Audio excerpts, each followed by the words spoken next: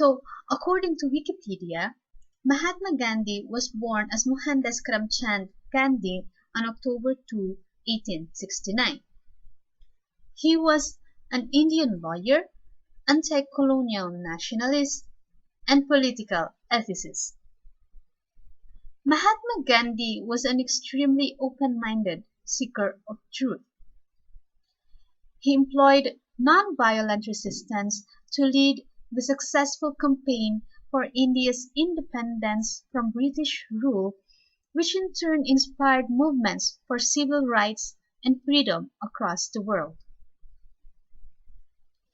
The honorific Mahatma, which is Sanskrit for great-souled or venerable, was first applied to him in 1914 in South Africa, and which is now used all throughout the world. Mahatma Gandhi on his meaning of education. So according to Gandhi, education means an all-around development of individuals. In his own words, by education, I mean all-around drawing out of the best in child and man, body, mind, and spirit. His conception of education stands for harmonious development of all aspects of human personality in relation to physical, intellectual, and spiritual. On his philosophy of education, Mahatma Gandhi advocated for free and compulsory education for all children from 7 to 14 years of age. He also emphasized the importance of using the mother tongue as a medium of education, which is in our case, it could be Maranao, Bisaya, or Cebuano, Filipino or Tagalog, or English, or whichever language that our students could best relate to. The mother tongue would allow children to express themselves effectively and clearly. If a child learns through mother tongue, then he can easily learn ethical and moral values and importance of national heritage. Correlated teaching. Mahatma Gandhi considered knowledge as a whole, with each and every subject interrelated to each other. So for example, in its most basic sense, if a student is doing a project or craft work, he or she is required to have some economical skills to buy the raw materials and to keep an estimate cost for those materials. Okay, so buying and keeping a cost estimate for materials needed for a project is related to the project that the student is doing. In the aspect of self-sufficiency, the basic education should provide such training that one can realize the immediate aim after or during the basic education. So the student should be able to produce their own necessities in life, such as clothing, foods, dwelling, for example, after after the basic education. Okay, so that is self-sufficiency. In the aspect of curriculum, curriculum of the basic education should be consisted of craft, the mother tongue, social studies, natural science, and music.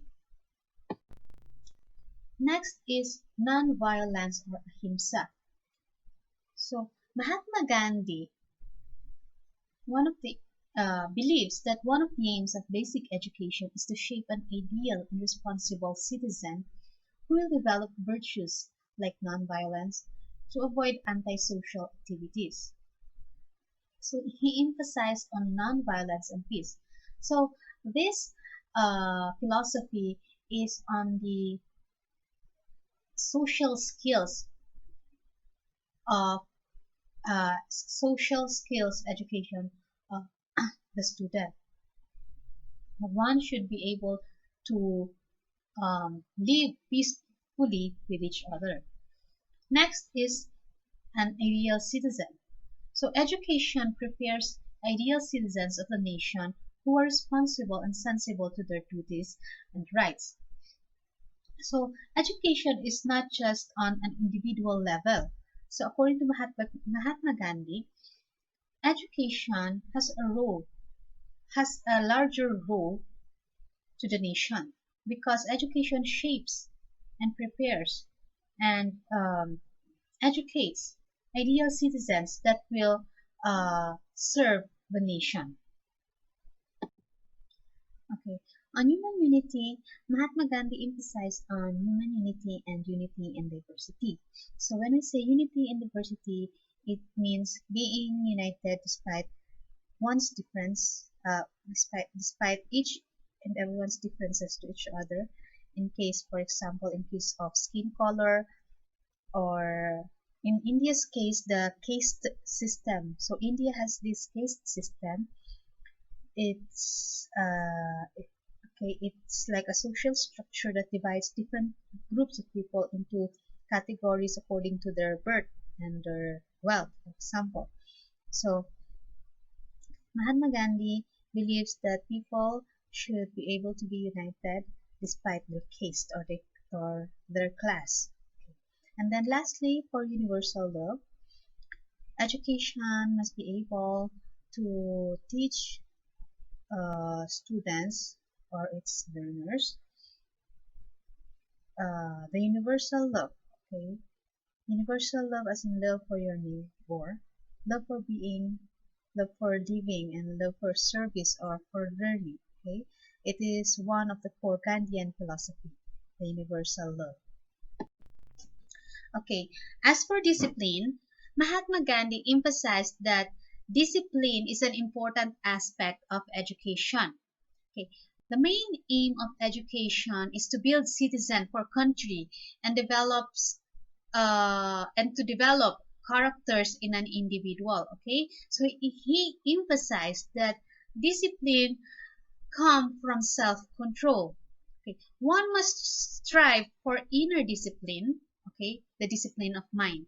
Okay, so as the saying goes, one's discipline reflects one's education. So here are Mahatma Gandhi's methods of instruction. Gandhi recommends the following methods of instruction. First, the mother tongue as a medium of instruction. Okay, mother tongue should be the basic language for communication and instruction at basic level.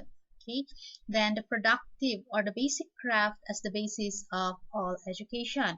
So Mahatma Gandhi emphasized activity-based learning. Activities like paper designing, carpentry, fruit and flower cultivation, and so on. And then teaching through creative and productive activities. Then learning by doing or activity-based method of teaching. And then learning by living, service and participation, and then self-experience. And lastly, uh, the method of lectures and questioning and discussion. As for the teacher, Mahatma Gandhi uh, believes that the only right type of teacher can help the student in achieving the aims and objectives of education. The teacher should have knowledge, enthusiasm, skills, patriotism, strong character, and special training to be able to teach his and or her students. He should behave like a friend, guide, and philosopher to his students. And then the teacher should walk on the way of ahimsa or non-violence and truth. Okay, then lastly, the teacher should be a nationalist and of high character. So, in summary, here are Mahatma Gandhi's aim of education. So first, the cultural aim. Next, the harmonious development. Third, the cultivation of higher values in life. Next is the moral aim. Then the social and individual aim. And then lastly, the ultimate or the perfect development aim.